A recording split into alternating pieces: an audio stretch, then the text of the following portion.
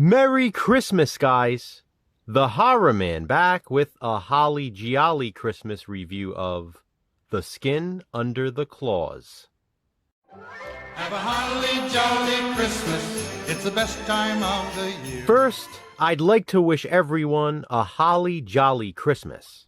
Next, I'd like to wish everyone a holly gialli Christmas. As you might recall, this series is a new tradition Jason from Horrific Nightmares and I started last year. On Christmas Day last year, our first holly gialli Christmas review was In the Folds of the Flesh. Then, earlier this year in July, for Gialli in July, we reviewed The Washing Machine.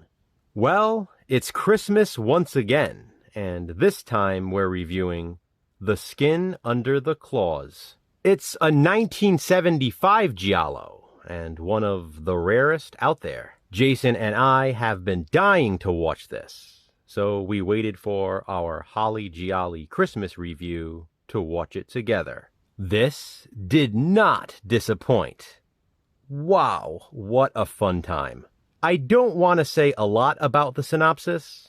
It's easy to give too much away with Gialli, and I don't want to spoil it. Not to mention there is so much going on in a lot of these, and The Skin Under the Claws is no exception. Written and directed by Alessandro Santini, this one revolves around, you guessed it, a homicidal maniac on the loose. As the bodies of each murder victim show up, decomposed flesh is found under the fingernails, hence the title, The Skin Under the Claws.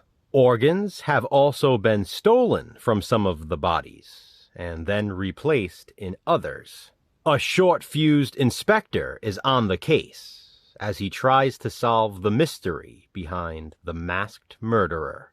Could it be medical Professor Helmet, played by Gordon Mitchell? Or his assistant, Dr. Gianni Danny? Maybe it's Gianni's girlfriend Sylvia, who is also a surgeon. Then there's Sylvia's painter friend, who surrounds himself with nude models, but doesn't actually paint them. Or is it someone else entirely, killing prostitutes, among others? As you might have imagined, there is a lot, and I mean a lot, of gratuitous nudity in The Skin Under the Claws. Topless, bottomless, from behind, full frontal. You name it, you got it. Not to mention, Jason and I own the extended, completely uncut version of the film, so there's even more nudity. I really like the look of the killer, with the black mask and hat.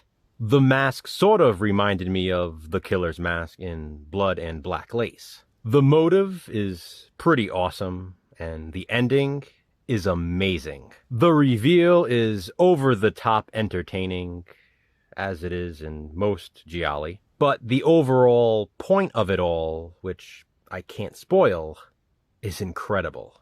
The Skin Under the Claws is a crazy movie that leads us to a very satisfying conclusion. Even the very last shot of the film is great. Oh, and I also love the creepy puppet show during the opening credits. There is something I just love so much about Gialli.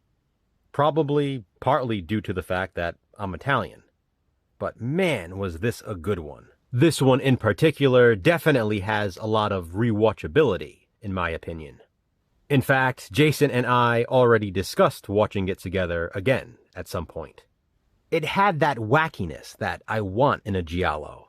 Plus, I always appreciate the Italian scenery, and it's fun trying to solve the mystery before the characters. In this case, Jason and I were competing with that irate inspector.